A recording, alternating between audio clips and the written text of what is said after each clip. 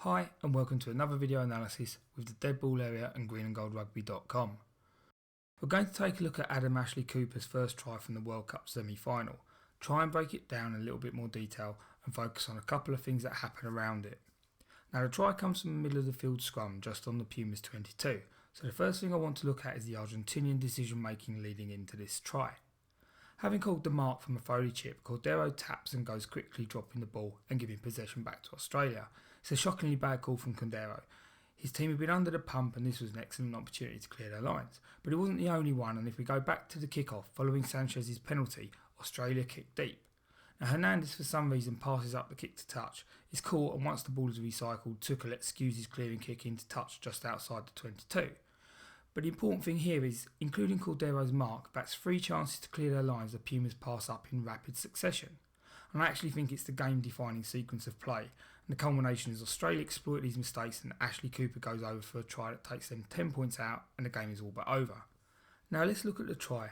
As you can see here, we have an Australian scrum on the 22 and it's middle of the field. Australia have split their back line, 2 left in Giteau and Mitchell and 2 right in Kurdrani and Ashley Cooper.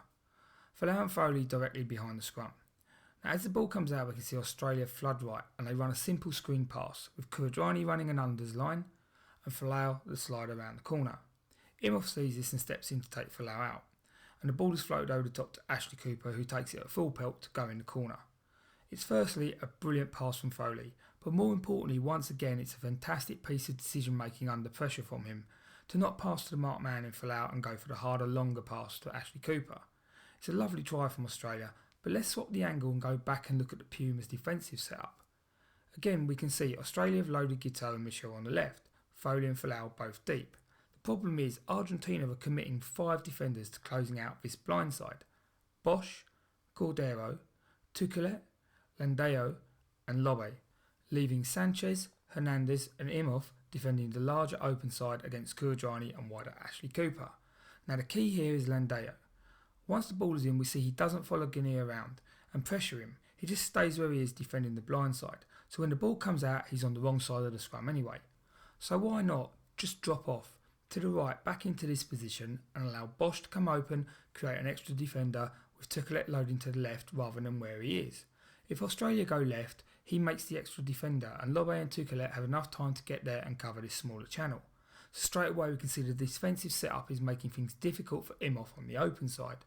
And once the ball is in play, Sanchez, Hernandez and Imhoff make the mistake of holding their channels.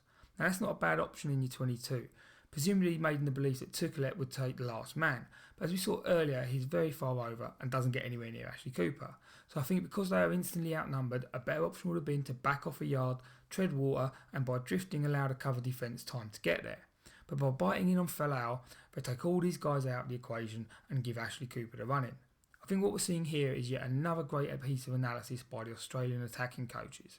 The strike move is clearly designed to give 3 options: the short ball, the sliding around, and it also happens to give the wide pass to Ashley Cooper, and all of this is exploiting poor defending from Argentina.